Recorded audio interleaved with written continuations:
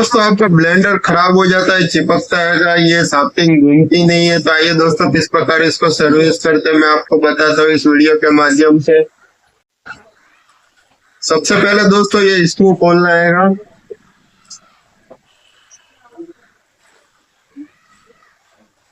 Screw खोलने के बाद दोस्तों इसके अंदर ये बॉडी अलग करना है। इस प्रकार मोटर सामने दिखेगा आपको।